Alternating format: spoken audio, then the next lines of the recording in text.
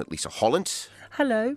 And her producer, Nick Stilianu. Hello. Lisa, look, in a nutshell, what have your investigations revealed? In essence, we started to look into this issue, and it was almost like peeling back layers of an onion.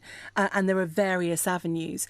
What we've been looking at is people who've come to this country on the skilled worker visa route. So people who came on legal routes, so not by crossing the channel on small boats, legal routes, and they got visas to come here and have jobs in the UK. What we found were almost like two separate stories. On the one hand, it raised allegations that people who had visas were, when they got to the airport, being made to bring people to the UK with them, passing them off as their dependents, and that visas Not had their been relatives. who actually weren't their relatives. Wow. So almost that someone that was coming for a job, that had a visa for a job, and in the end, the claim is that they were turned into a kind of people smuggler by bringing almost fake families with them.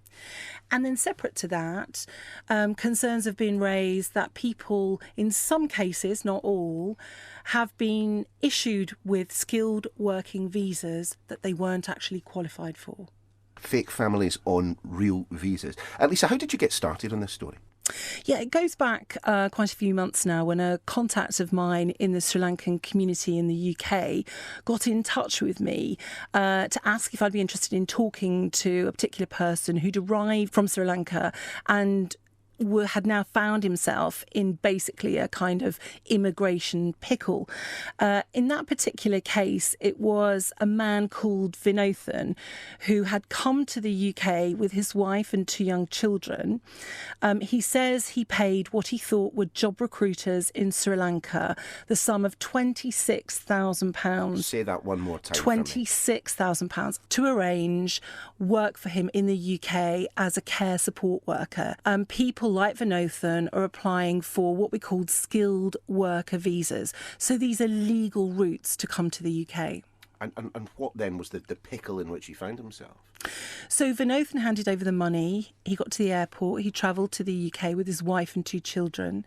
He says that having been offered work 40 hours a week as a support care worker, a post in the UK.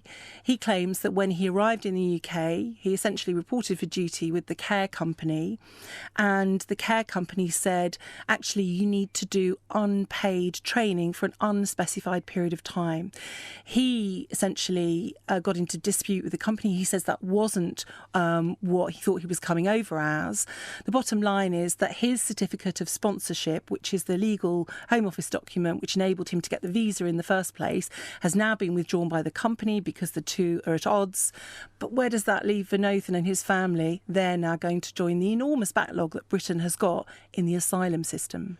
Nick, just tell me a little bit more about this skilled worker visa scheme, because it's not just that you have to have a job. There are other requirements as well, aren't there?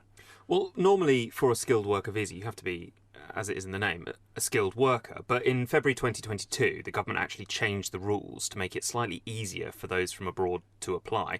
So it expanded the shortage occupation list, which Lisa talks about, which is actually a list of jobs that the government thinks we need people to fill in the UK because people in the UK aren't filling those jobs.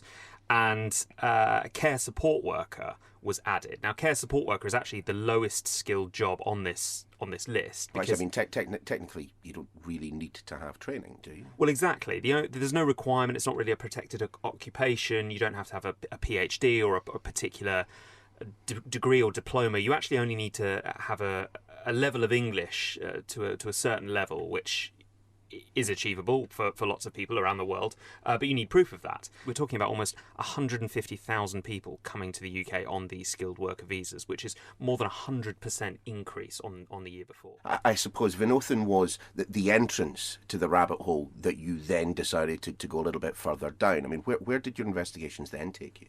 Yeah, absolutely. And it's been a few months now since we first met up with Vinothan on a rainy day. We went along to the legal advisor's office. And this was the alleyway, if you like, into the next part of the story which is almost like peeling back layers of an onion. One thing led to another thing, led to another allegation. All these twists and turns on how this skilled worker visa system is allegedly being exploited. So the lady in question is a woman who we're referring to as Mrs. A. She can't, as frankly all of the characters that we've met in this investigation, a very frightened figure because they're unsure what is going to happen next to them. Now, Mrs. A says that she paid what she believed were job recruiters in Sri Lanka the absolutely eye-watering sum of £65,000 to arrange for her to come to the UK. 65 grand? Yeah, as you say, Neil, 65 grand. And I have to say, we kept going back to the lawyer saying, sorry, can I just double check that? Can I just triple check that? Surely, because a lot of the conversation is going on in Tamil and we're working via translators, can I just absolutely be clear that she means £65,000? Because £65,000 for anybody in this country is an enormous sum of money. But in Sri Lanka, it is life-saving after life-saving, if you like. And again, people have told us how they have put together generations of wealth, sold land, sold family jewellery, sold property, sold a car. Why are they fleeing in Sri Lanka? So some of them, they all have kind of varying reasons of what they're trying to flee. There is an economic situation in Sri Lanka, but all the people that we've spoken to are also Tamil. They say they've kind of run into political problems of their own. So there's a kind of a mixture of issues, if you like. So we've got Vinothan on £26,000, and we've got now Mrs. A, through the translators, telling us that she spent £65,000. Now, look, we can't be absolutely sure what exactly did she think, but all of these people say that they thought what they were dealing with were job recruiters. They call them agents, people to fix a new life, and for that price tag they think they're going to get a job in the UK, and they also think that having been here a couple of years, legitimately that will be a pathway towards residency. So it's a ticket for life, and crucially, they can bring their families with them. And that is true, that the skilled worker visa route does allow you, after a couple of years contributing to the UK economy and paying your taxes and things, you do qualify for indefinite leave to remain. But what it doesn't qualify you to do is bring people to this country that are not your family, which is what happened in the case of Mrs. A. So that was the next punchline in our investigation, that incredibly she turned around and said that she turned up at the airport.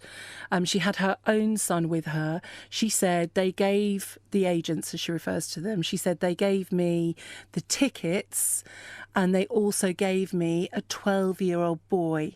And they said that she would have to pretend that 12-year-old boy was her dependent when he was not. Why on earth did she do that then? She says that at that stage she didn't know what was going to happen, and she felt that she just kind of had to go along with it. But it sounds an awful lot like child trafficking to me. Very 11th hour. But in the end, she says she felt like she was being turned into a people smuggler. She said when she arrived at Heathrow Airport, she realised what she'd done was wrong. So tell me then, what happened next with Mrs. A? She's on a flight with her child and someone else's child. She arrives here in the United Kingdom. I'm presuming that other child is no longer with her.